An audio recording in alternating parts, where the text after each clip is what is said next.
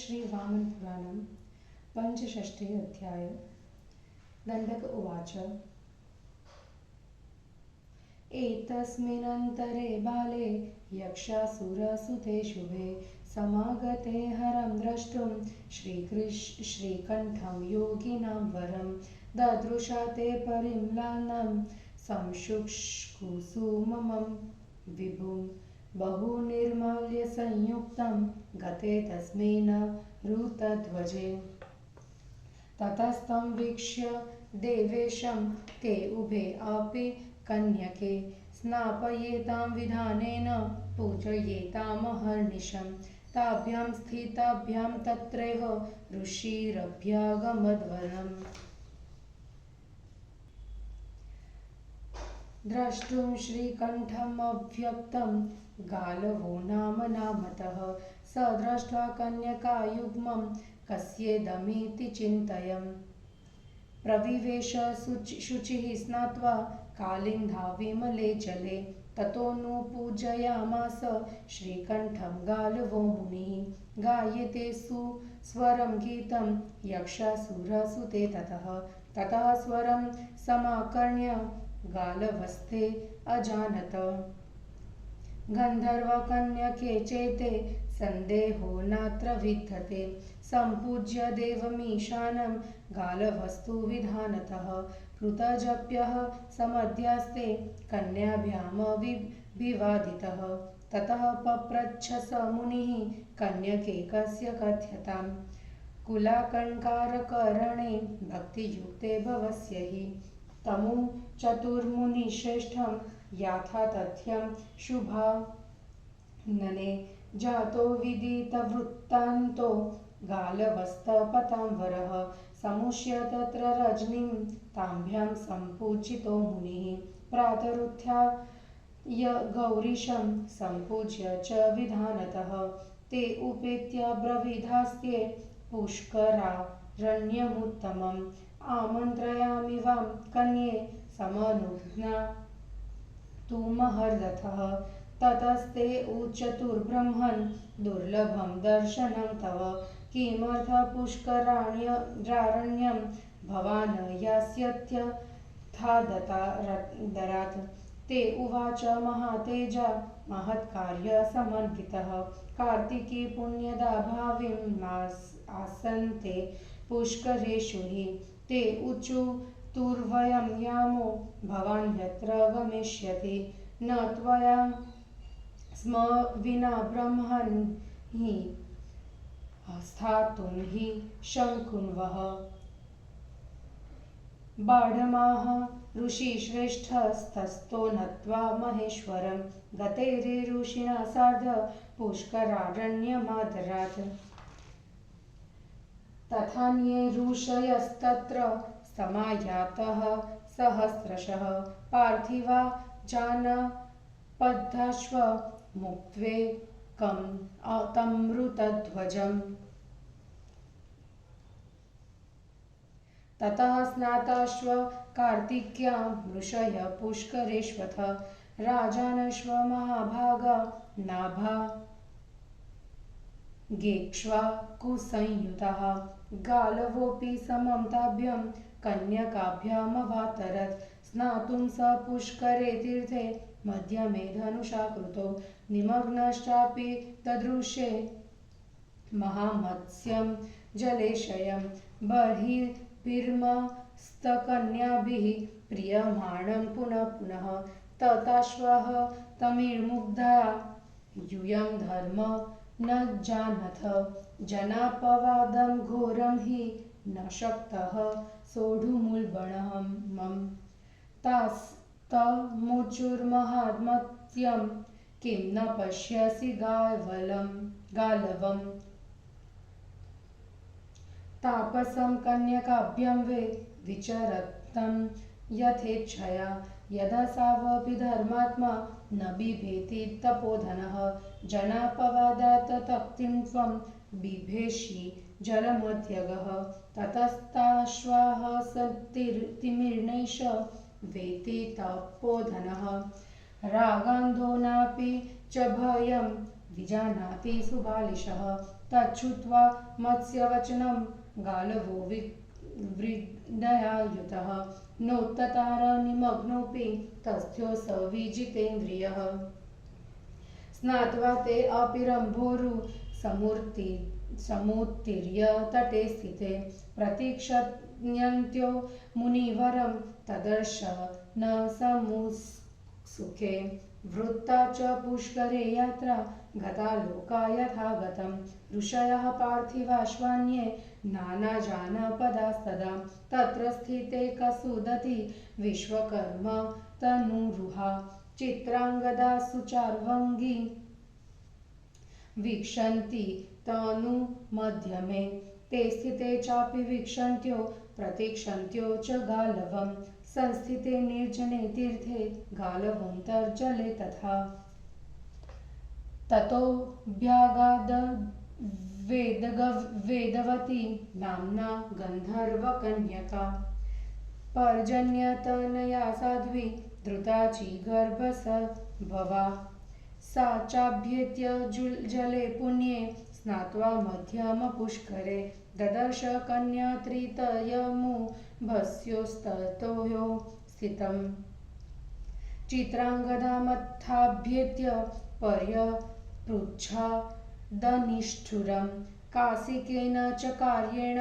निर्जने स्थितवत्यसि सा तामुवाच पुत्रीं मां विन्दस्व सुवर्धकेः चित्रांगदेति शुश्रोणि विख्यातां विश्वकर्मणः साहमभ्यागता भद्रे स्नातुं पुण्यां सरस्वतीं नेमिषे काञ्चनाक्षीं तु विख्यातां धर्ममातरं तत्रागताथरग्नाहं दृष्ट्वा वैदर्भकेण हि सुरथेन सकामार्तो मामेव शरणं गतः मयात्मा तस्य तद्दश्व सखीभिर्वार्यमाणया ततः शप्तास्मि तातेन वियुक्तास्मि च भूभुजा मर्तुकृतमतिर्भद्रे वारिता गुह्यकेन च श्रीकण्ठमगं द्रष्टुं ततो गोदावरं जलं तस्मादिमं समायात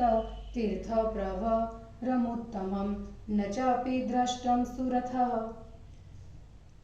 समनोहादनः पति भवति चात्र काबाले वृत्ते यात्राफलेऽधुना समागता हि तच्छंस मम सत्येन भामिनी साब्रवीच्छूयतां यास्मि मन्दभाग्या कृशोदरी यथा यात्रा फले वृत्ते समायातास्मि पुष्करं पर्जन्यस्य धृताच्यं तु जाता वेदवतीतिः रममाणा वनोदेशे दृष्ट्वास्मि कपिना सखी स चाभ्येत्याब्रवीत् का त्वं यासि देववतीतिः आनीतास्याश्रमात्केन भूपृष्ठान्मेरुपर्वतम् ततो मयोक्तो नैवास्मि कपे देववतीत्यहं नाम्ना वेदवतीत्येवं मेरोरपि कृताश्रया ततस्तेनातिदुष्टेन वानरेण ह्यभिमृता समारूढास्मि सहसा बन्धुजीवं नगोत्तमम् तेनापि वृक्षस्तरसा पादाक्रान्तस्त्वभज्यत ततोऽस्य विपुलां शाखां समालिङ्ग्य स्थिता त्वहं ततः प्लवगमो वृक्षं प्राक्षिपत सागराम्भसि सहन्तेनेव वृक्षेण पतितास्म्यहमाकुला ततोऽम्बरतलाद्वृक्षं निपतन्तं यदृच्छया ददृशुः सर्वभूतानि स्थावराणि चराणि च ततो हा कृतं लोकेर्मा पतन्तीं निरीक्ष्य हि ऊचुष्व सिद्ध गन्धर्वाः कष्टं सह्यं महात्मनम्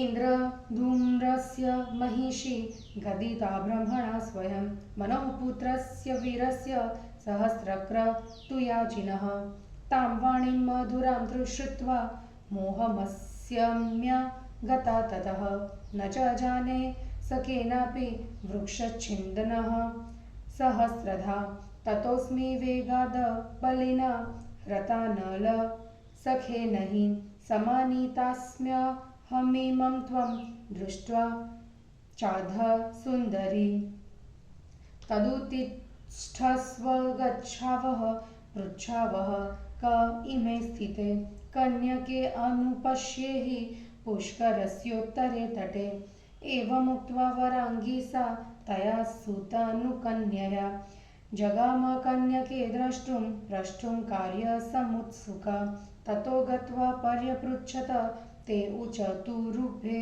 अपि याथा तथ्यं यतयोस्ताभ्यां स्वमात्मानं निवेदितं ततस्ताश्वतुरोऽपिह सप्तगोदावरं जलं सम्प्राप्य तीर्थे तिष्ठन्ति अर्चन्त्यो हार्दिकेश्वरं ततो बहून् वर्षगणान् बभ्रमुस्ते जनास्त्रयः सातामर्थाय शकुनिर्जरबालिः स ऋतध्वजः भारवाही ततः खिन्नो दशाब्दशतिके गते काले जगामनिर्वेदात् समं पुत्रा तुषाकलम् तस्मिन्नरपतिः श्रीमान् इन्द्रद्रुमो नमोऽस्तु सुतः समध्यास्ते सविज्ञाय सार्धपात्रो विनिर्ययो सम्यक् सम्पूजितस्ते सजाबालिर्ऋतध्वजः स चेक्ष्वाकुसुतो धीमान् शकुनिर्भ्रातृजोर्चितः ततो वाक्यं मुनिप्राह इन्द्रधूम्रमृतध्वजः राजन्नष्टा बलास्माकं नन्दयन्ती निविश्रुता तस्यार्थे चैव वसुधा अस्माभिरटिता नृप तस्मादुत्तिष्ठ मार्गस्व साहाय्यं कर्तुमर्हसि अथोवाच नृपो ब्रह्मन् ममापि ललनोत्तमा नष्टा कृतश्रमस्यापि कस्याहं कथयामि ताम् आकाशात् पर्वताकारः पतनामो नगोत्तमः सिद्धानां वाक्यमार्कर्य बाणैश्छिञ्छन्नः सहस्रधा न चैव सा वरारोहा विभिन्ना लाघवान्मया न च जानामि सा कुत्र तस्माद् गच्छामि मार्गितुम् इत्येवमुक्त्वा सनृपः समुत्थाय त्वरान्वितः स्यन्दनानि द्विजाभ्यां स भ्रातृपुत्राय चार्पयत् तेऽधिरुह्य रथां स्तूर्ण मार्गन्ते वसुधां क्रमात् बदर्याश्रममासाद्य ददृशुस्तपसां निजधिम् तपसाकर्षितं निदिनं मलपङ्कजटाधरं निःश्वासाय सपरं प्रथमे वयसि स्थितं तमुपेत्याब्रवीद् राजा इन्द्रमुद्रुम्रो महाभुजः तपस्विन् यौवने घोरम् अस्थितोऽसि सुदुष्वरं तपः किमर्थ तच्छन् स किमभिप्रेतमुच्यतां सोऽब्रवीत् को भवान् ब्रूहि ममात्मानं सुहृदया परिपृच्छसि शोकार्त परिखिन्नं तपोन्वितं स प्राह राजास्मि विभो तपस्विश्चाकले पुरे ममो पुत्रः प्रियो भ्राता इक्ष्वाकोः कथितं तव स चास्मे पूर्वचरितं सर्वकथितवान् नृपः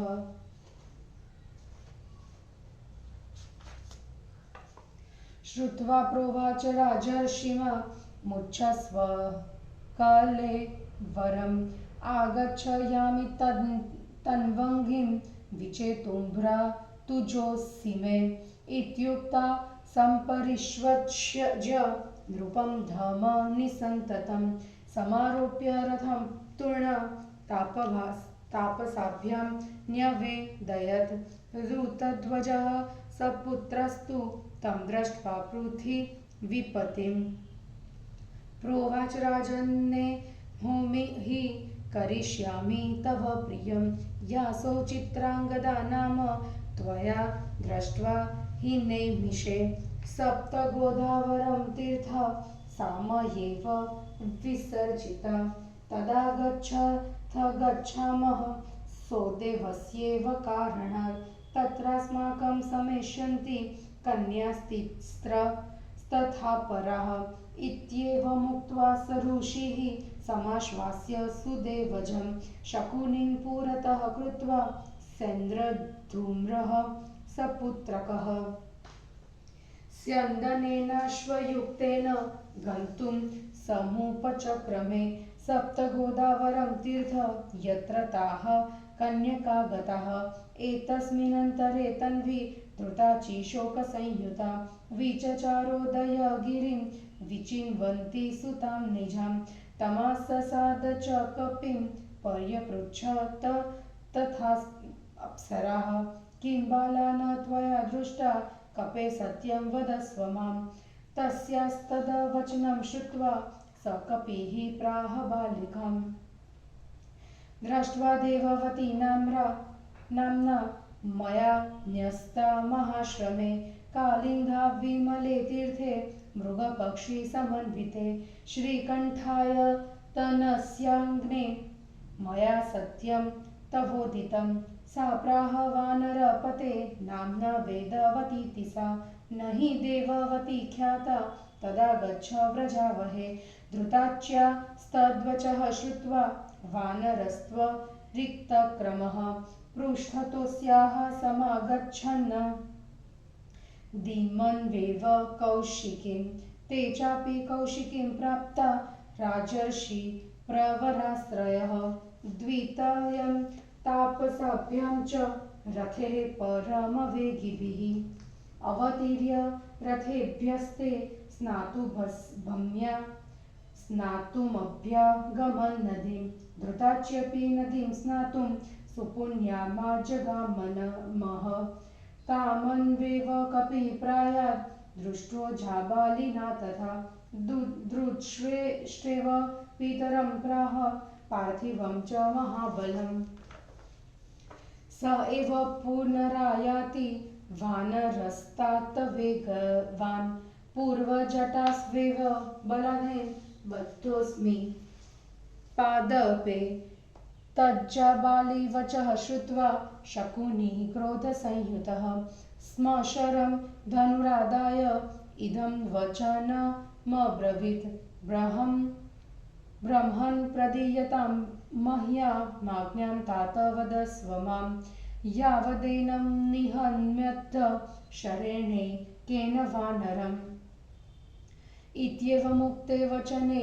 सर्वभूतहिते रतः महर्षि शकुनिं प्राह हेतुयुक्तं वचो महत् न कश्चित् केनापि बध्यते हन्यतेऽपि वा वधबन्धो पूर्वकर्मवशो नृपतिर्नन्दन इत्येवमुक्त्वा शकुनि ऋषिर्वानरमब्रवीत् एह्योति वानरास्माकं साहाय्यं कर्तुमर्हसि इत्येवमुक्तो मुनिना बाले स कपिकुञ्जरः कृताञ्जलिपुटो भूत्वा प्रणिपत्येदमब्रवीत् ममाज्ञा दीयतां ब्रह्मन् शाधिकीं करवाण्यहम् इत्युक्ते प्राह स मुनिस्तं वानरपतिं वचः मम पुत्रस्त्व योद्वत्तो जटासु वटपादपे न चोन्मोचयितुं वृक्षा शक्नुयामोऽपि यत्नतः तदनेन नरेन्द्रेण त्रिधा कृत्वा तु शाखिनः शाखां वहति मत्सूनुः शिरसा तां विमोचय दशवर्षशतान्यस्य शाखं वेवहतो गमन् न च सोऽस्ति पुमान् कश्चित् यो नोचयितुं क्षमः स ऋषेवाक्यमाकर्य कपिर्जाबालिनो जटः शनैरुन्मोचवायामास क्षणादुन्मोचिताश्वतः। ततः प्रीतो मुनिश्रेष्ठो वरदो भूद्रुतध्वजः कपिं प्राह वृणीष्व त्वं वरं यन्म न सेप्सितं। ऋतध्वज वचः श्रुत्वा इमं वरमयाचत। विश्वकर्मा महातेजः कपित्वे प्रतिसंस्थितः। ब्रह्मन् भवान् वरं मह्यं यदि दातुमिहेच्छति तत्स्वदत्तो महाघोरो मम शापो निवर्त्यताम्। चित्राङ्गदायाः पितरं मां त्वष्टारं तपोधन।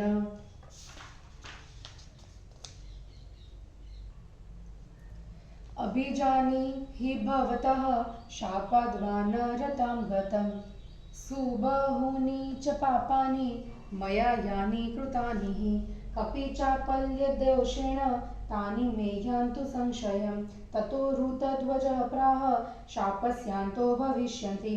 यदा धृताच्यन्तनयं जनिष्यसि महाबलम्। इत्येवमुक्तः संहृष्टः स तदा कपिकुञ्जरः स्नातुं तूर्णमहानद्धां वर्तिणः क्रुशोदरी। ततस्तु सर्वे क्रमशः स्नात्वार्चय पितृदेवताः। जग्मुर्यष्टारथेभ्यस्ते धृताची दिवमुत्पतत। तमन्वेव महावेगः स कपिः प्लवतां वरः। ददृशे रूपसम्पन्नां धृताचीं स प्लवङ्गमः। सापि तं बलिनां श्रेष्ठं दृष्ट्वेव कपिकुञ्जरं ज्ञात्वाथ विश्वकर्माणं कामयामास कामिनी। ततो नु पर्वतश्रेष्ठे ख्याते कोलाहले कपिः रमयामास त्वां तन्वीं सा च तं वानरोत्तमम्। एवं रमन्तु सुचिरं सम्प्राप्त्यो विन्ध्यपर्वतं रथे पञ्चामी ततीर्थ सम्प्राप्तास्ते नरोत्तमः। मध्याह्न समये प्रीतः सप्तगोदावरं जलं प्राप्य विश्रामहेत्वर्थं वर्वतेरुत्स्वराविन्तः। तेषां सारथयश्वाश्वान् स्नात्वा पीतोदकाप्लुतान् रमणीये वनोद्वेषे प्रचारार्थे समुत्सृजन्। षाडवल्लाढ्येषु देशेषु मुहूर्तादेव वाजिनः तृप्ताः समाद्रवन् सर्वे देवायत नमुत्तमम्। तुरङ्गखुरनिर्शोधं शं श्रुत्वा ता योषितां वराः किमेतदिति चोक्त्येव प्रजग्मुहाटकेश्वरम्। आरुह्य बलभीं तास्तु समुदैश्चक्षन्त सर्वशः। अपश्यन् तीर्थसलिले स्नायमानान् नरोत्तमाम्। ततश्वित्राग्नगदा दृष्ट्वा जटामण्डलधारिणं सुरथं हसति प्राह संरोहत्पुलका सखीम्। योऽस्यो युवानीलधाना प्रकाशः सन्दृश्यते दीर्घभुजः सुरूपुः। स एव नूनं नरदेवसूनो वृतो मया पूर्वतरं पतिर्यः।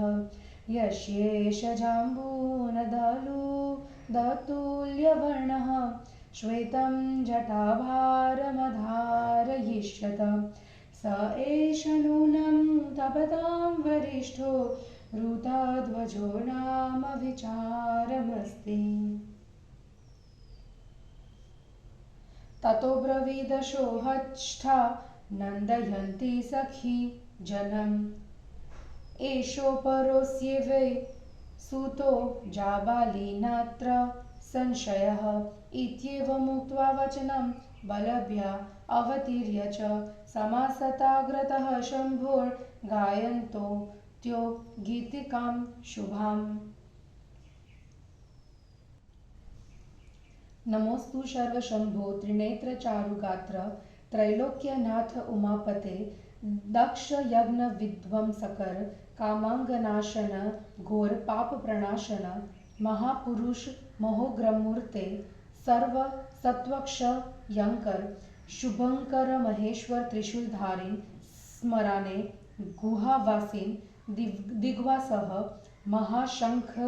महाशंख शेखर जटाधार कपालमाला विभूषित शरीर वामचक्षुः वामदेव प्रजाध्यक्ष भगाक्षणो क्षयंकर भीमसेन महासेननाथ पशुपते कामांगदहन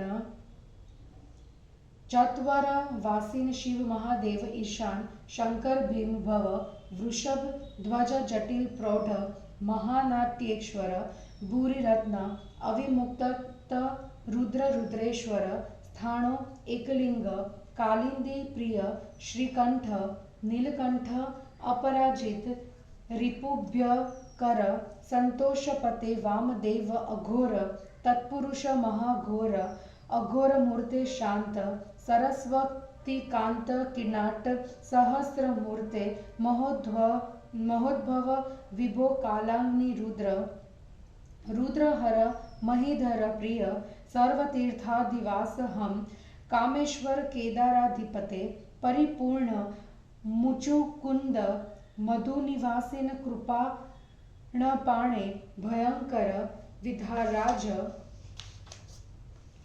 सोमराज कामराज रंजक अंजन राज कन्या हृदचल वसते समुद्रशायीन गजमुख्य घंटेश्वर गोकर्ण ब्रह्मयोने सहस्र वक्त्राक्षी चरण हाटकेश्वर नमोस्तुते।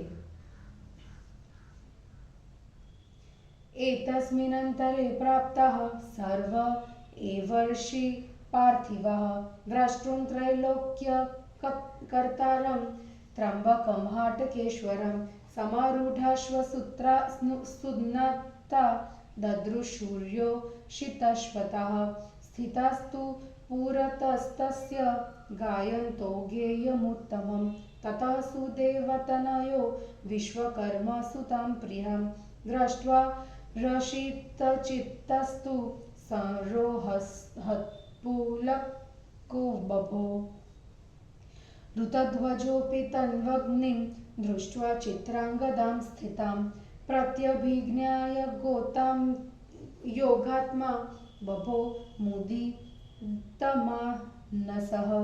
ततस्तु सहसाभ्येत्य देवेशं हाटकेश्वरं सम्पूजयन्तस्त्रक्षं ते स्तुवन्तः संस्थिता क्रमात्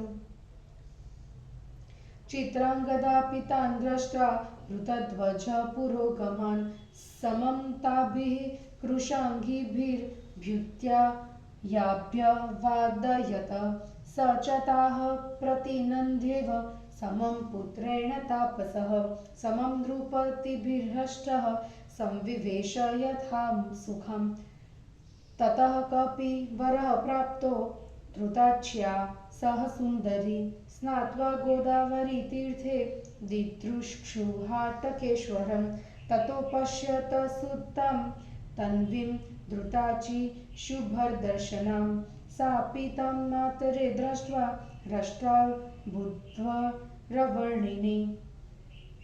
ततो धृताची स्वां पुत्रीं परिष्वज्यन्यपीडयत् स्नेहात् सवाश्यष्पनयनां मुहुस्तां परिजिध्रति ततो ऋतध्वजः श्रीमान् कपिं वचनमब्रवीत् गच्छानेतुं गुह्यकं त्वमन्नाद्रो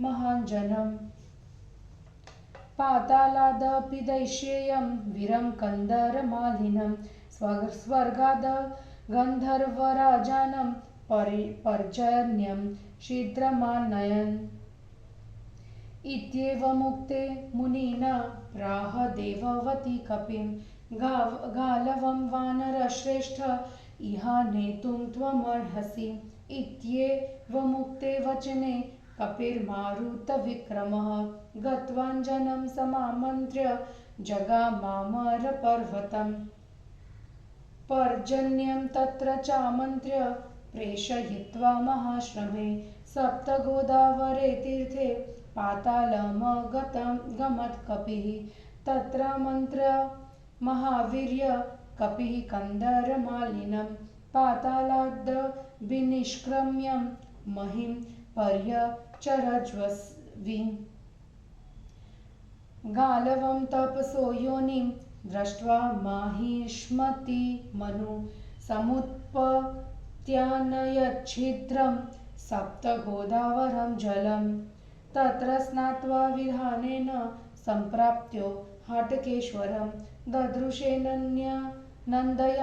च स्थितां देववतीमपि तं दृष्ट्वा गालवं चैव समुत्थाप्याभ्यवादयत् स चार्चिष्य महादेवं महर्षीनभ्यवादयत् ते चापि नृपतिश्रेष्ठास्तं सम्पूज्य तपोधनं प्रहर्षमतुलं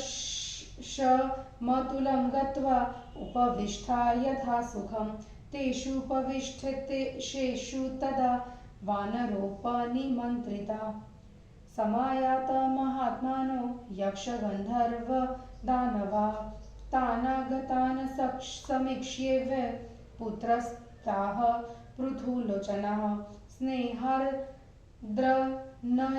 सर्वास्तदा सस्वजिरे पितॄन् नन्दयत्नादिका दृष्टा सपीकृता वरानना सवास्यनयना जाता विश्वकर्मसुता तथा अथ तामाह स्वमुनिः सत्यं सत्यध्वजो वचः मा विषादं कृथा पुत्री पितायं तव वानरः सा तदवचनमाकर्ण्य व्रीहोपहतचेतना कथं तु विश्वकर्मासो वानरत्वं गतोऽधुना दुष्पुत्र्यां मयि जातायां तस्मात् त्यक्ष्ये कलेवरम् इति संचिन्त्य मनसा ऋतध्वजमुवाचः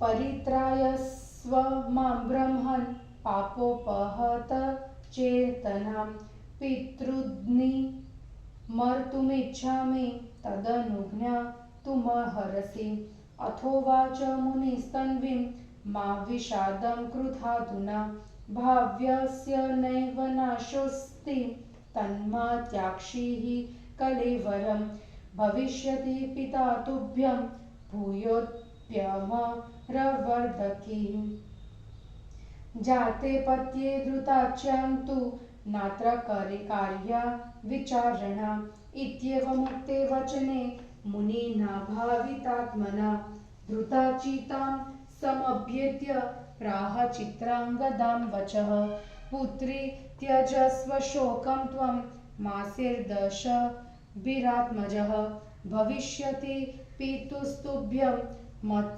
मत्सकाशान संशयः इत्येवमुक्ता सहृष्टा बभो चित्राङ्गदा तदा प्रतीक्षन्ति सुचार्वङ्गी विवाहे पितृदर्शनं सर्वास्ता अपि तावन्तं कालं सूतनुकन्यकाः प्रत्यक्षन्न विवाहं हि तस्य एव प्रियेप्सया ततो दशसु मासेषु समतीतेष्वथाप्सराः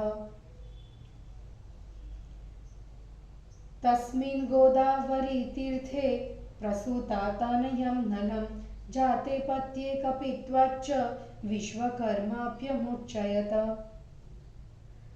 समभ्येत्य प्रियां पुत्रीं पर्यश्वजत चादरात् ततः प्रीतेन मनसा सस्मार सुरवर्ध्वकी सुराणामधिपं शक्रं सहैव सुरकिन्नरेः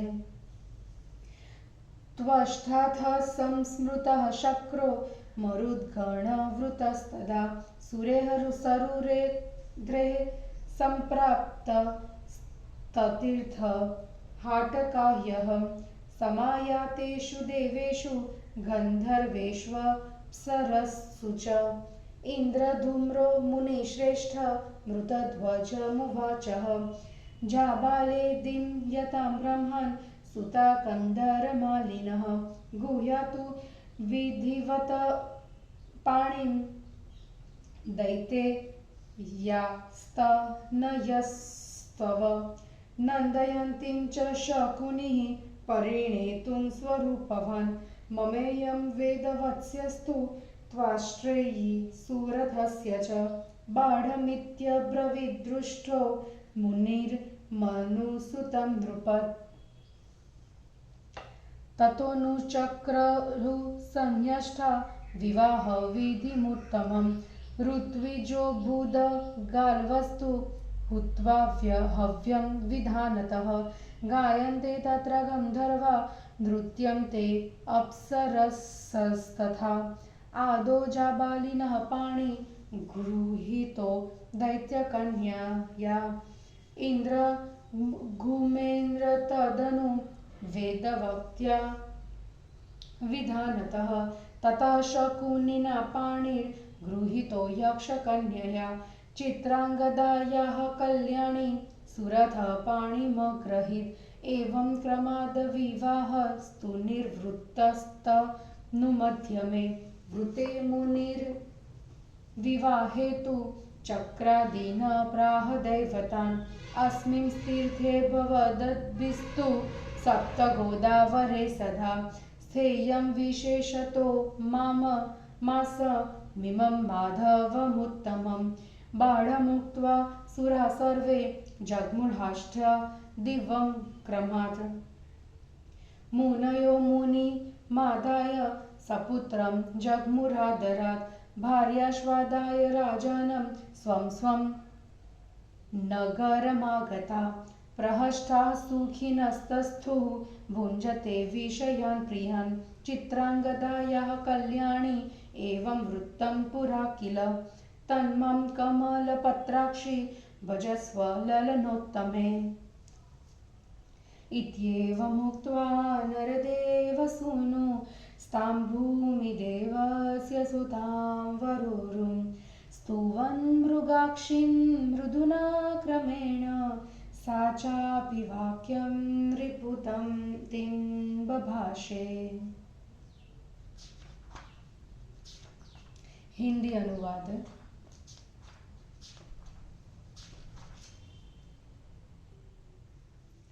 गालव प्रसंग, चित्रांगदा, वेदवती वृत्तांत, कन्याओं की खोज, ध्रुताची वृत्तांत, जाबाली की जटाओं से मुक्ति, विश्वकर्मा की शाप मुक्ति, इंद्र धूम्नादि का सप्त गोदावर में आना, शिव स्तुति, सप्त गोदावर में सम्मेलन, कन्याओं का विवाह का वर्णन। दंडक ने कहा, बाले, इसी बीच यक्ष और असुर की दोनों कन्याएं योगीश्वर श्रीकंठ महादेव का दर्शन करने के लिए आए। उन ध्वज के चले जाने पर उन दोनों ने महादेव के चारों ओर मुरझाए तथा सूखे हुए फूल और विसर्जन के बाद समर्पित की गई अन्य बहुत सी वस्तुएं पड़ी हुई देखी। उसके बाद उन देवेश का दर्शन कर वे दोनों कन्याएं विधि से दिन रात श्रीकंठक भगवान को स्नान कराती एवं उनका पूजन करती थी। उसी स्थान पर उन दोनों के रहते हुए गालव नाम के ऋषि अव्यक्त स्वरूप वाले श्रीकंठ का दर्शन करने के लिए इस वन में आए। उन्होंने उन दोनों कन्याओं को देखकर ये किसकी कन्याएं हैं, इस प्रकार सोचते विचारते हुए कालिंदी के विमल जल में प्रवेश किया। गालव ऋषि ने स्नान करने के बाद पवित्र होकर श्रीकंठ महादेव की पूजा की। उसके बाद यक्ष और असुर की दोनों कन्याओं ने मधुर स्वर से गीत गाया। तब उनके स्वर को सुनकर गालव ने यह जान लिया कि ये दोनों निसंदेह गंधर्व की ही कन्याएं हैं। गालव ने विधि से श्रीकंठ देव की पूजा कर जप किया। उसके बाद दोनों कन्याओं से अभिवंदित होकर वे बैठ गए। उसके बाद उन मुनि ने उन दोनों कन्याओं से पूछा, कन्याओं, तुम दोनों यह बतलाओ कि शंकर में भक्ति करने वाली कुल की शोभा रूपा तुम दोनों किनकी कन्याएं हो। शुभान ने उन दोनों कन्याओं ने उन मुनि श्रेष्ठ से सत्य बातें बतलाई। तब तपस्वियों में श्रेष्ठ गालव ने संपूर्ण वृत्तांत पूर्णतः जान लिया। उन दोनों से सत्कृत होकर मुनि ने वहां रात्रि में निवास किया और प्रातः काल उठकर विधि पूर्वक गौरीपति शंकर का पूजन किया। उसके बाद उन दोनों के पास जाकर उन्होंने कहा, मैं परम उत्तम पुष्कर वन में जाऊंगा। मैं तुम दोनों से अनुरोध कर विदा लेना चाहता हूँ। तुम दोनों मुझे अनुज्ञा मतलब कि अनुमति दो। उसके बाद उन दोनों ने कहा, ब्राह्मण, आपका दर्शन दुर्लभ है, किस कारण आप पुष्करारण्य में जा रहे हैं। इसके बाद धार्मिक कृत्य करने वाले महातेजस्वी मुनि ने उन दोनों से आदर पूर्वक कहा, आगे महीने के अंत में पुष्कर में पुण्यदायिनी कार्तिकी पूर्णिमा होगी। उन दोनों ने कहा, तो आप जहां जाएंगे वहीं हम भी चलेंगे। ब्राह्मण, आपके बिना हम दोनों यहाँ नहीं रह सकती। ऋषि श्रेष्ठ ने कहा, ठीक है।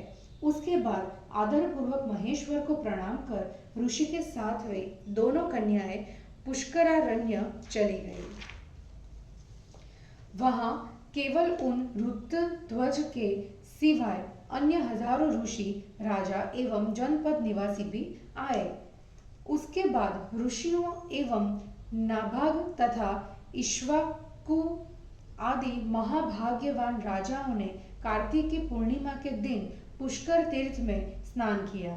गालव भी उन दोनों कन्याओं के साथ धनुष की आकृति वाले मध्यम पुष्कर तीर्थ में स्नान करने के लिए उतरे। जल में निमग्न होने पर उन्होंने देखा कि एक उल्चर महात्म्यस्य जल में स्थित है, महामतस्य जल में स्थित है और अनेक मत्स्य कन्याएं उसे पुनः पुनः प्रसन्न करने में लगी हुई है। उस मत्स्य ने उन मछलियों से कहा, भोली प्रकृति होने के कारण तुम सभी लोग धर्म नहीं जानती हो। मैं जनता द्वारा किए जाने वाले कठोर अपवाद सहन नहीं कर सकता। उन सभी मछलियों ने कहा, क्या तुम स्वच्छंदता से विचरते हुए तपस्वी गालव को दो कन्याओं के साथ नहीं देख रहे हो? यदि धर्मात्मा एवं तपस्वी होते हुए भी वे लोग निंदा से नहीं डरते तो जल में रहने वाले तुम क्यों डर रहे हो? उसके बाद उस मत्स्य ने उनसे कहा, तपस्वी लोग निंदा को नहीं जानते एवं प्रेम में अंधा होने से प्रचंड मूर्ख बनकर लोग निंदा के भय को भी नहीं समझते। मत्स्य के उस वचन को सुनकर गालव लज्जित हो गए। फिर तो वे जितेंद्रिय मुनि जल में निमग्न होने पर भी ऊपर नहीं आए, भीतर ही डूबे रहे। वे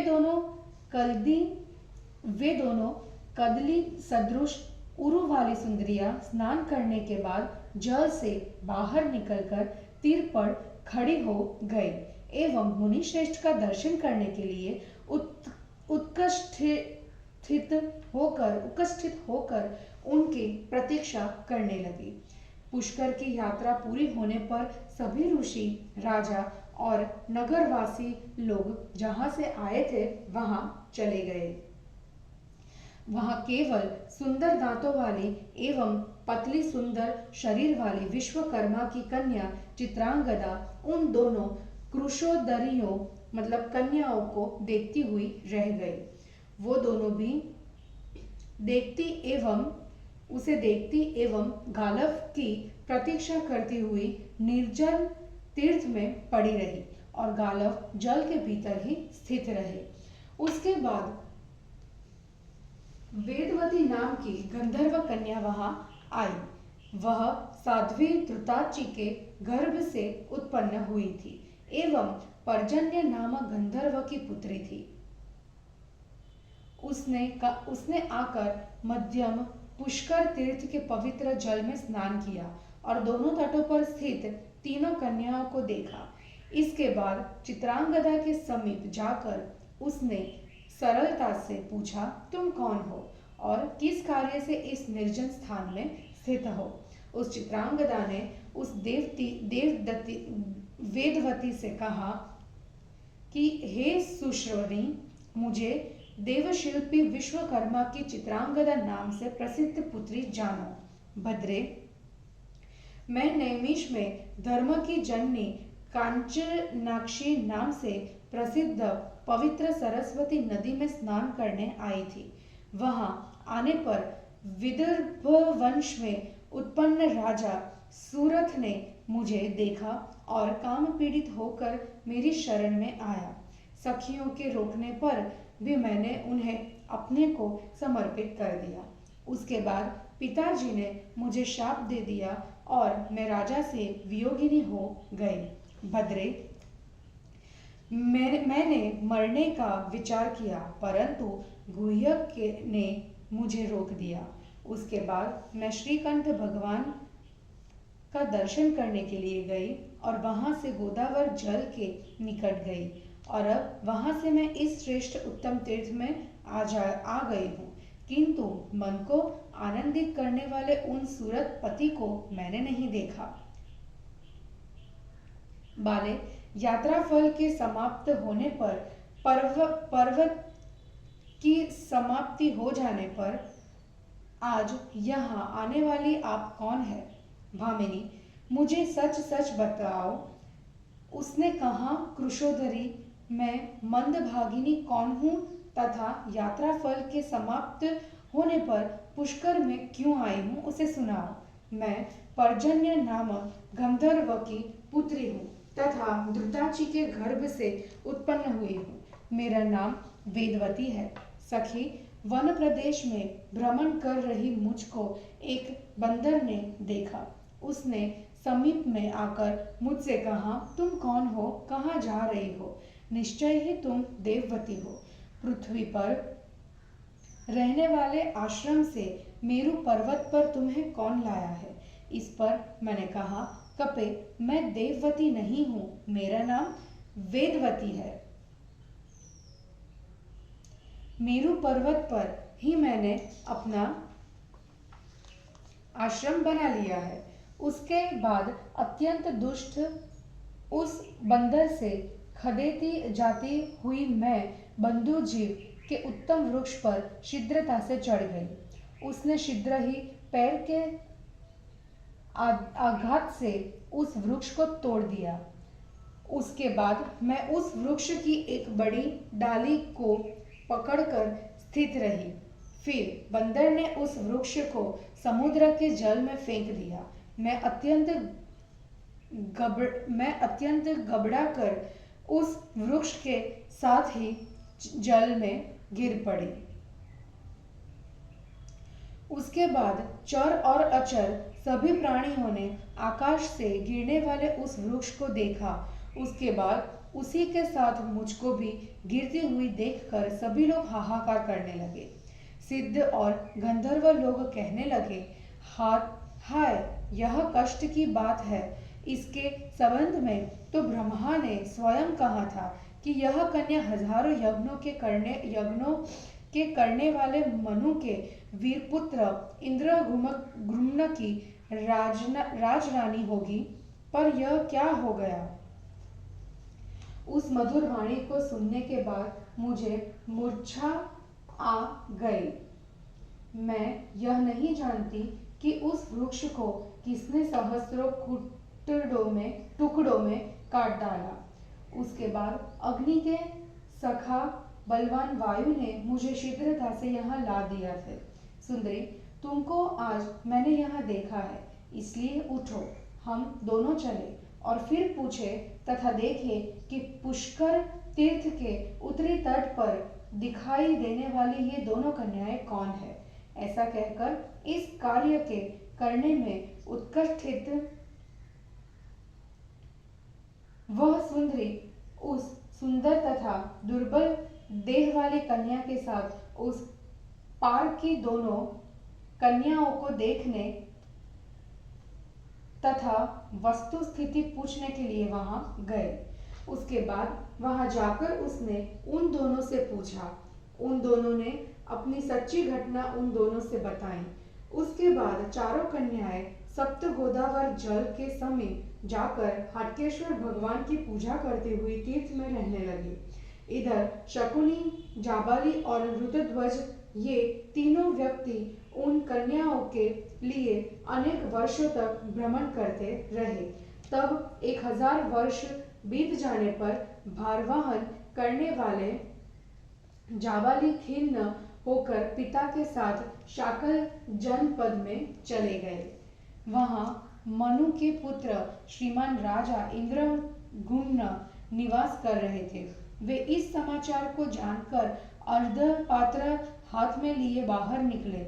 उन्होंने विधिपूर्वक सुंदर रीति से जाबाली और रुद्रध्वज की पूजा की तथा उस इक्ष्वाकुनंदन बुद्धिमान भतीजे शकुनी की भी अर्चना की।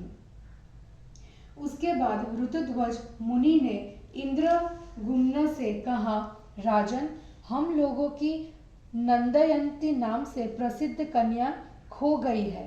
राजन, उसके लिए हम लोगों ने सारी पृथ्वी पर भ्रमण किया है, इसलिए उठिए तथा लगाइए और हमारी सहायता कीजिए। इसके बाद राजा ने कहा, ब्राह्मण, मेरी भी एक उत्तम लाडली कन्या खो गई है। उसे ढूंढने में मैं परिश्रम कर चुका हूँ। उसके विषय में मैं किससे कहूँ? सिद्धों का वचन सुनकर आकाश से नीचे गिरने वाले पर्वत के समान श्रेष्ठ वृक्ष को मैंने बाणों से हजारों टुकड़ों में काट डाला है। मेरे हस्त कौशल से उन सुंदरी कन्या को चोट नहीं लगी। मैं नहीं जानता हूं कि वह कन्या है, अतः उसे मैं नहीं जानता हूं कि वह कहाँ है, अतः उसे ढूंढने के लिए मैं भी चल रहा हूं। ऐसा कहने के बाद वे राजा शीघ्रता से उठे। उन्होंने उन दोनों ब्राह्मणों तथा अपने भतीजे के लिए रथ दे दिए। वे रथों पर चढ़कर शीघ्रता से क्रमशः पृथ्वी पर खोज करने लगे। उन लोगों ने बद्रिकाश्रम में जाकर तपस्या करने से दुबले और धूल मिट्टी से भरे जटा धारण किए हुए जोर जोर से सांस ले रहे एक तपोमूर्ति युवक को देखा। महाबाहु राजा इंद्रधूम्र ने उनसे पास जाकर कहा, तपस्वी, यह बतलाओ कि युवा अवस्था में ही तुम अत्यंत दुष्कर कठोर तप क्यों कर रहे हो? यह भी बतलाओ कि तुम्हारी अभिलाषा क्या है? उसने कहा, आप मुझसे यह बतलाइए कि चिंता से ग्रस्त अत्यंत दुखी एवं तपश्चर्या से युक्त मुझसे प्रेम पूर्वक पूछने वाले आप कौन हो? उसने कहा, तपस्वी विभो, मैं मनु का पुत्र एवं इक्ष्वाकु का प्रिय भाई शाकलपुर का राजा हूँ। मैंने अपना परिचय कह दिया। उस राजा ने भी उनसे पहले की सारी कथा कह सुनाई। ऊपर कही बातों को सुनकर राजर्षि ने कहा, तुम अपने शरीर का त्याग मत करो। तुम मेरे भतीजे हो। आओ, मैं उस सुंदरी की खोज करने जा रहा हूँ। इतना कहकर उन्होंने उभरी शिराओं से भरे हुए राजा को गले लगाया और उन्हें रथ पर चढ़ाकर शीघ्र उन दोनों तपस्वियों के पास पहुंचा दिया। पुत्र के सहित रुद्रध्वज ने उन राजा को देखकर कहा, राजन, आइए आइए, मैं आपका प्रिय कार्य करूंगा। आपने नैमिषारण्य में जिस चित्रांगदा को देखा था, उसे मैंने ही सप्त गोदावर नाम के तीर्थ में छोड़ दिया था। तो आइए हम लोग सुदेव के पुत्र के कार्य से ही वहां चले। वहां पर हम लोगों को अन्य 3 कन्याएं भी मिलेगी।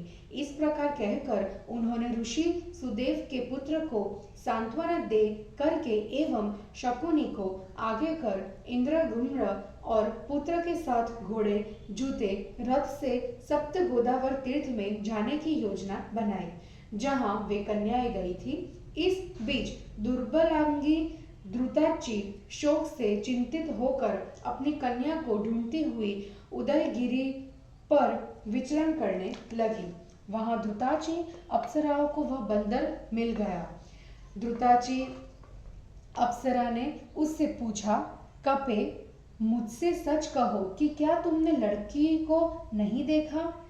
उसके वचन को सुनकर उस कपी ने कहा, मैंने देववती नाम की बालिका को देखा है और उसे मृगों तथा पक्षियों से भरे कालिंदी के विमल तीर्थ में श्रीकंठ के मंदिर के सामने स्थित महाश्रम में रख दिया है। मैंने तुमसे यह सत्य बात कही है। उस द्रुताची ने कहा, कपिराज, वह देववती नाम से विख्यात है। वह देववती नहीं है तो आओ हम दोनों वहां चलें। द्रुताची की उस बात को सुनकर बंदर शीघ्रता से पग बढ़ाता हुआ उसके पीछे पीछे कौशिकी नदी की ओर चला। वे तीनों श्रेष्ठ राजर्षि भी दोनों तपस्वियों के साथ बहुत तेज चलने वाले रथों पर चढ़कर कौशिकी नदी के समीप पहुंचे। वे लोग रथ से उतरकर स्नान करने के लिए नदी के निकट आए। द्रुताची भी उस परम पवित्र नदी में स्नान करने आई। बंदर भी उनके पीछे ही आ गया। जाबाली ने उसे देखा। देखते ही उन्होंने पिता एवं महाबलशाली राजा से कहा, ताता, यह वही बंदर फिर तेजी से यहाँ आ रहा है जिसने पहले मुझे जबरदस्ती जटा जाल से बड़के पेड़ में बांध दिया था। जाबाली के उस वचन को सुनकर अत्यंत कुपित हुए शकुनी ने बाण सहित धनुष को लेकर यह वचन कहा, ब्राह्मण, मुझे आज्ञा दीजिए। तात, मुझसे कहिए, क्या मैं एक बाण से ही इस बंदर को मार डालूं? ऐसा कहने पर समस्त प्राणियों की भलाई में लगे रहने वाले महर्षि ने शकुनी से अत्यंत युक्ति युक्त वचन कहा, तातः वस्तुतः न तो किसी को कोई बांधता है और न मारता ही है। नृपतिनंदन वध और बंधन पूर्व जन्म में किए गए कर्मों के फलाधीन होते हैं। शकुनी से इस प्रकार कहकर मुनि ने बंदर से कहा, बंदर, आओ आओ, तुम्हें हम लोगों की सहायता करनी चाहिए। बाले, मुनि के ऐसा कहने पर उस श्रेष्ठ कपि ने करबद्ध प्रणाम करके हुए यह कहा, ब्राह्मण, मुझे आज्ञा दीजिए, मुझे निर्देश दीजिए कि मैं क्या करूं। उसके ऐसा कहने पर मुनि ने उस कपिपति से यह वचन कहा, तुमने मेरे पुत्र को बड़के पेड़ में जटाओं से बांध रखा था। विशेष यत्न करने पर भी हम लोग उसे पेड़ से इसको उन्मुक्त मतलब अलग नहीं कर सके। इसलिए यह राजा ने उस वृक्ष के 3 टुकड़े कर दिए। मेरा पुत्र आज तक सिर पर उसकी डाली को ढो रहा है। अब तुम उसे उन्मुक्त कर दो। इस डाली को ढोते हुए उसको 1000 वर्ष बीत गए हैं। ऐसा कोई पुरुष नहीं है जो इसे छुड़ाने में समर्थ है। उस बंदर ने ऋषि की बात सुनकर जाबाली की जटाओं को धीरे धीरे खोल दिया। वे जटाएं क्षण भर में ही खुल गई। उसके बाद प्रसन्न होकर मुनि श्रेष्ठ ऋतुध्वज वर देने के लिए तैयार हो गए। फिर उन्होंने बंदर से कहा, तुम अपना मनोभिलषित वर मांगो। ऋतुध्वज की बात सुनकर कपि योनि में स्थित महातेजस्वी विश्वकर्मा ने यह वर मांगा, ब्राह्मण, यदि आप मुझे वर देने के लिए इच्छा कर रहे हो तो मुझे दिए गए अपने महाघोर शाप का निवारण कर दे। तपोधन, चित्रांगदा के पिता मुझ त्वष्टा को आप पहचान लें। आपके शाप से ही मैं बंदर हो गया हूँ। कपि की स्वाभाविक चंचलता रूपी दोष से मैंने जिन बहुत से पापों को किया है वे सभी नष्ट हो जाए। उसके बाद ऋतुध्वज ने कहा, जब तुम द्रुताची से महाबलवान पुत्र उत्पन्न करोगे तब शाप का अंत होगा। तब ऐसा कहने पर वह कपिश्रेष्ठ अत्यंत हर्षित हो गया। कृशोदरी वह शीघ्र ही महानदी में स्नान करने के लिए उतरा। उसके बाद वे सब क्रमशः स्नान कर पितरों और देवों के तर्पण अर्चन कर रथ से चले गए एवं धृताची स्वर्ग में उड़ गए। महावेगशाली श्रेष्ठ कपि ने भी उसका अनुसरण किया। उस बंदर ने रूप से संपन्न धृताची को देखा। उस कामिनी धृताची ने भी बलवानों में श्रेष्ठ उत्तम कपि को देखकर एवं उसे विश्वकर्मा जानकर उसकी कामना की। उसके बाद कोलाहल नाम से विख्यात श्रेष्ठ पर्वत पर उस बंदर ने धृताची के साथ एवं धृताची ने उस श्रेष्ठ बंदर के साथ आनंद क्रीड़ा की। इस प्रकार बहुत दिनों तक क्रीड़ा करते हुए वे दोनों विंध्य पर्वत पर पहुंचे। वे पांचों श्रेष्ठ व्यक्ति भी उल्लसित होकर रथ द्वारा दोपहर के समय सप्त गोदावर जल वाले उस तीर्थ में पहुंचे। वहां जाकर वे विश्राम करने के लिए शीघ्रता से नीचे उतरे। उनके सारथियों ने भी स्नान किया एवं घोड़ों का जल पिलाकर तथा नहला धुलाकर उन्हें सुंदर वन प्रदेश में विचरण करने के लिए छोड़ दिया। मुहूर्त भर में ही हरियाली से हरे भरे स्थान में वे घोड़े तृप्त हो गए। उसके बाद वे सभी घोड़े उत्तम देव मंदिर के पास दौड़ने लगे। घोड़ों के टाप का शब्द सुनकर श्रेष्ठ स्त्रियां यह क्या है ऐसा कहकर हाटकेश्वर के मंदिर में गईं एवं छत पर चढ़कर सभी ओर देखने लगी। उन कन्याओं ने तीर्थ के जल में स्नान करते हुए उन श्रेष्ठ पुरुषों को देखा। फिर चित्रांगदा ने जटा मंडल धारण करने वाले नृपति सूरत को देखा। रोमांचित होकर उसने हंसती हुई सखी से कहा, नीले मेघ के समान वर्ण तथा लंबी भुजाओं वाला वह जो सुंदर युवा पुरुष दिखलाई पड़ रहा है, निश्चय ही पहले जन्म में मैंने उसी राजपुत्र को पति रूप से वरण किया था।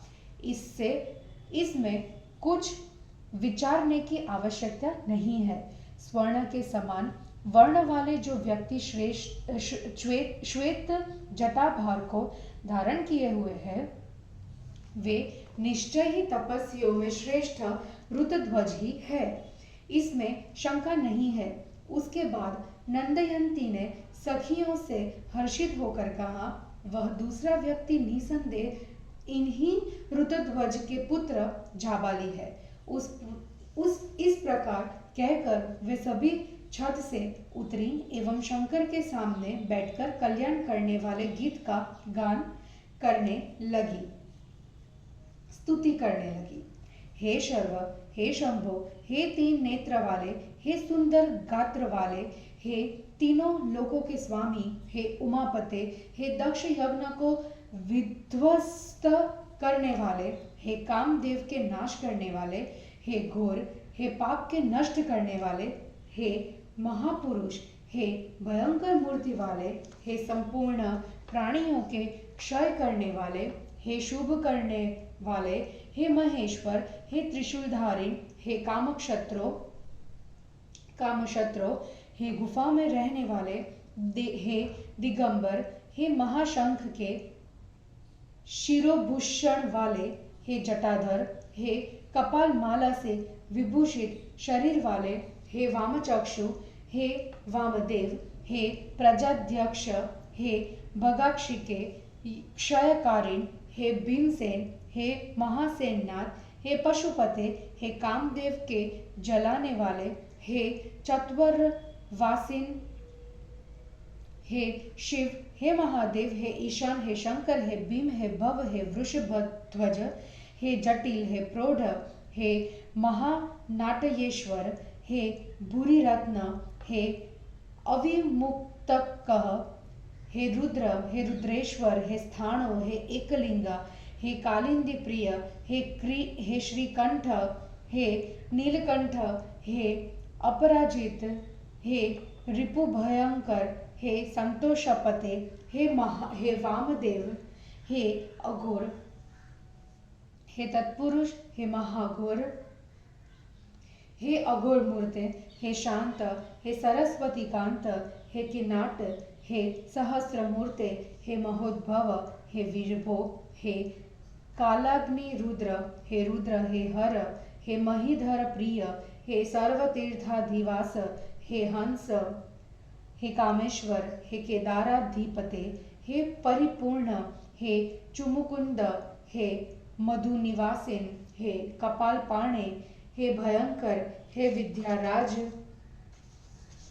हे सोमराज, हे कामराज, हे रंजक, हे अंजनराज कन्या काली के हृदय में सदा रहने वाले, हे समुद्र शायन, हे गजमुख, हे घंटेश्वर, हे गोकर्ण, हे ब्रह्मयोने, हे हजार मुख आंख एवं चरण वाले, हे हाटकेश्वर, आपको नमस्कार है।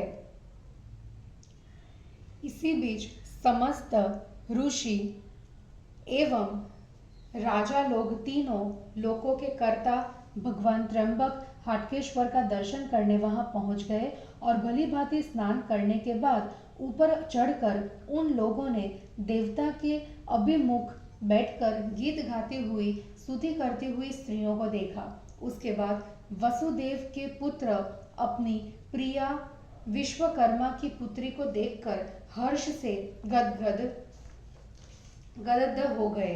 योगी ऋतुध्वज भी तन्वंगी चित्रांगदा को वहां स्थित देख एवं पहचान कर महान हर्ष में भर गए।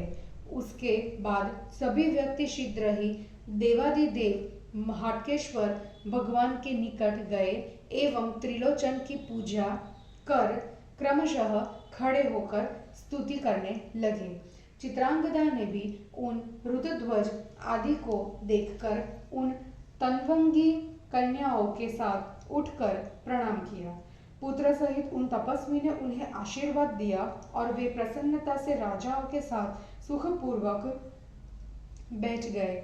सुंदरी उसके बाद गोदावरी तीर्थ में स्नान कर हाटकेश्वर भगवान का दर्शन करने की इच्छा वाला वह श्रेष्ठ बंदर भी द्रुताची के साथ वहां पहुंचा। फिर द्रुताची ने अपनी शोभाशालिनी कृशांगी पुत्री को देखा। वह सुंदरी भी अपनी उस माता को देखकर हर्षित हो गई। उसके बाद द्रुताची ने अपनी पुत्री को भली भांति गले लगाया। स्नेह से आंखों में आंसू भरकर वह पुत्री को बार बार सूंघने लगी, आशीर्वादात्मक शुभ भावना करने लगी। उसके बाद श्रीमान ऋतुध्वज ने कपि से कहा, तुम महाजन नाम के गुह्यक को ले आने के लिए अंजन नामक पर्वत पर चले जाओ। फिर पाताल से वीर दैतेश्वर कंदर मालिकों और स्वर्ग से गंधर्व राज पर्जन्य को यहाँ शीघ्र बुला लाओ।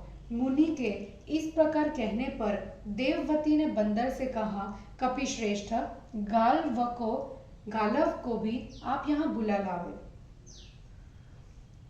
ऐसा कहने पर वायु के समान पराक्रम वाला कपि अंजन पर्वत पर पहुंच गया और आमंत्रित कर पुनः सुमेरु पर्वत पर प्रविष्ट हो गया। वहां उसने पर्जन्य को आमंत्रित किया और सप्त गोदावर तीर्थ में स्थित महाश्रम में उन्हें भेजने के बाद वह फिर पाताल लोक में प्रविष्ट हो गया। वहां जाकर उसने महापराक्रमी कंदर माली को आमंत्रित किया। वेगशाली बंदर फिर पाताल से निकलकर पृथ्वी पर घूमने फिरने लगा। तपोनिधि गालव को माहिष्म तीर्थ के निकट देखकर उसने छलांग भरी और उन्हें शीघ्र सप्त गोदावर के जल के निकट ला दिया।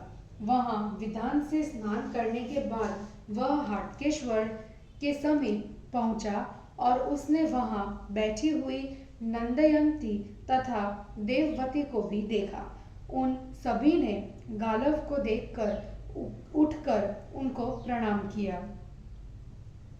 उन्होंने भी महादेव की पूजा कर महर्षियों को प्रणाम किया। उन श्रेष्ठ राजाओं ने भी उन तपस्वी की पूजा की तथा वे अत्यंत हर्षित होकर सुखपूर्वक बैठ गए। उनके बैठ जाने पर कपि द्वारा आमंत्रित किए गए यक्ष, महानुभाव, गंधर्व एवं दानव वहां आ गए।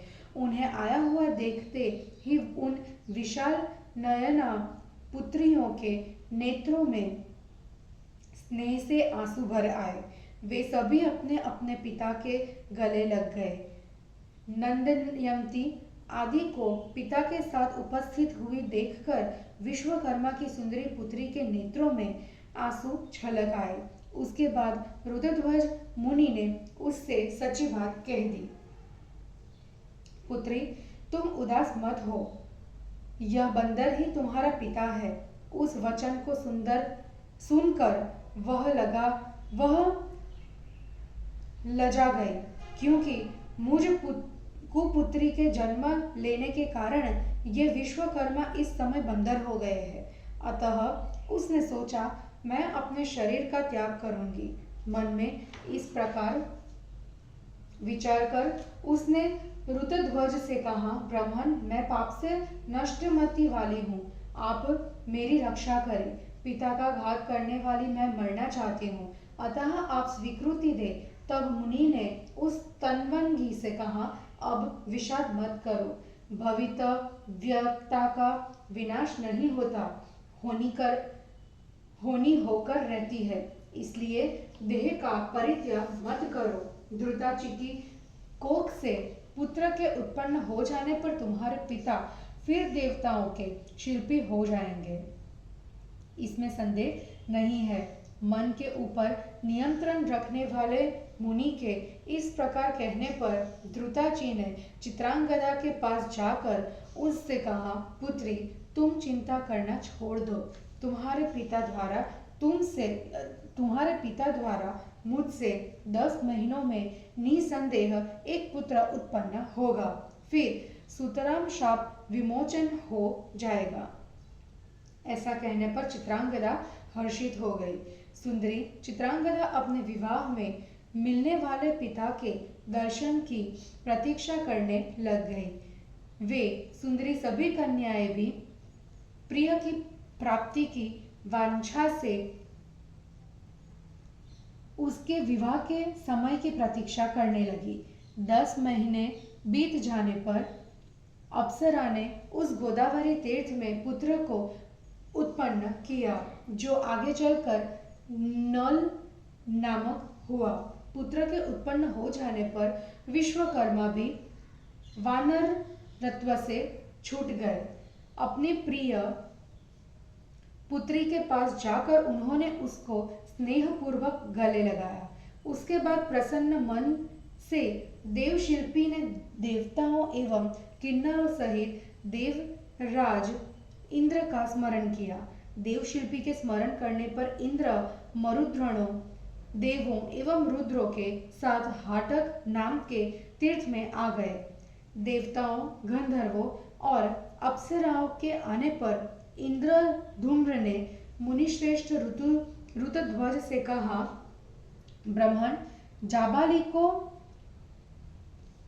कंदरमाली की कन्या का दान कर दे। आपका पुत्र विधिवत दैत्यानंदिनी का पाणी ग्रहण कर ले। स्वरूपवान शकुनी नंदयंती से विवाह करे। यह वेदवती मेरी और त्वष्टा की पुत्री सूरत की पत्नी हो।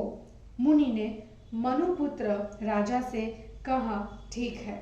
उसके बाद उन लोगों ने प्रसन्नतापूर्वक भली भांति विवाह की विधि को पूरा किया। विधि से हव्य का हवन करने वाले गालव ऋत्विक बने। उस समय वहां गंधर्वों ने गाना गाया और अप्सराओं ने नृत्य किया। सबसे पहले दैत्य कन्या ने जाबाली का पाणी ग्रहण किया, कल्याणी। उसके बाद विधि पूर्वक इंद्रधूम्न ने वेदवती का, शकुनी ने यक्ष कन्या का तथा सूरथ ने चित्रांगदा का पाणी ग्रहण किया। कृशोदरी इस प्रकार विवाह कार्य क्रमशः संपन्न हुआ।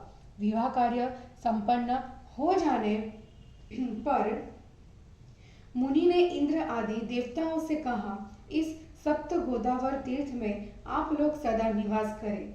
विशेष रूप से उस उत्तम वैशाख के महीने में आप लोग यहाँ अवश्य रहे। देवता लोग ऐसा ही हो कहकर प्रसन्नतापूर्वक स्वर्ग चले गए। मुनि लोग पुत्र सहित मुनि को सादर साथ लेकर चले गए। राजा लोग भी अपनी अपनी पत्नी के साथ अपने अपने नगर में आ गए। सभी लोग प्रिय विषयों का उपभोग करते हुए आनंद पूर्वक रहने लगे। कल्याणी चित्रांगदा का पूर्व वृतांत इस प्रकार का है। इसलिए सरोजनयन ने ललनोत्तमे तुम मुझे अंगीकार करो ऐसा कहकर राजपुत्र दंड ब्राह्मण की उस सुंदरी मृगनयनी पुत्री की कोमल वाणी से स्तुति करने लगे। उसने भी राजा से आगे वाला वचन कहा। इस प्रकार श्री वामन पुराण में 65वां अध्याय समाप्त हुआ। जय गुरु जी।